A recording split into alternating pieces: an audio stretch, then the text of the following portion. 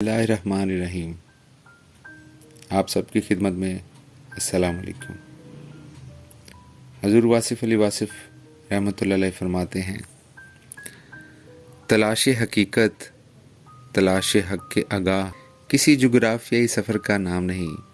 سندھ باد کے سفر اور متلاشی حق کے سفر میں بڑا فرق ہے۔ حقیقت کے سفر کے لیے پہلے اپنے آپ میں اپنی حقیقت سے آگاہی حاصل کرنا چاہیے۔ آئینہ دل جتنا مصفح ہوگا اتنا ہی آسانی سے جلوہ حق قبول کر سکے گا۔ اللہ کا قرب پیشانی کو سجدے میں رکھ کر حاصل ہوتا ہے۔ سجدہ یہاں ہے، تعلق وہاں، درود شریف یہاں ہے، منظوری وہاں۔ حاصل یہ کہ پہلے اپنی ہی اصلاح ہے، خود کو اس قابل بنانا ہے کہ جلوے کا مفہوم سمجھ آ سکے۔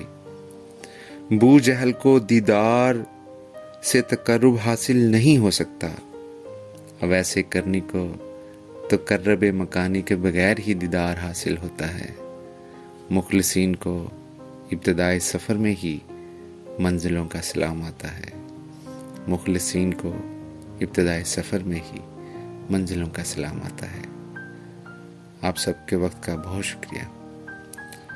آپ سب سے درخواست ہے، پلیز ہمارے چینل کو سبسکرائب کریں اور بیل آئیکن کو پریس کریں۔ فی امان اللہ۔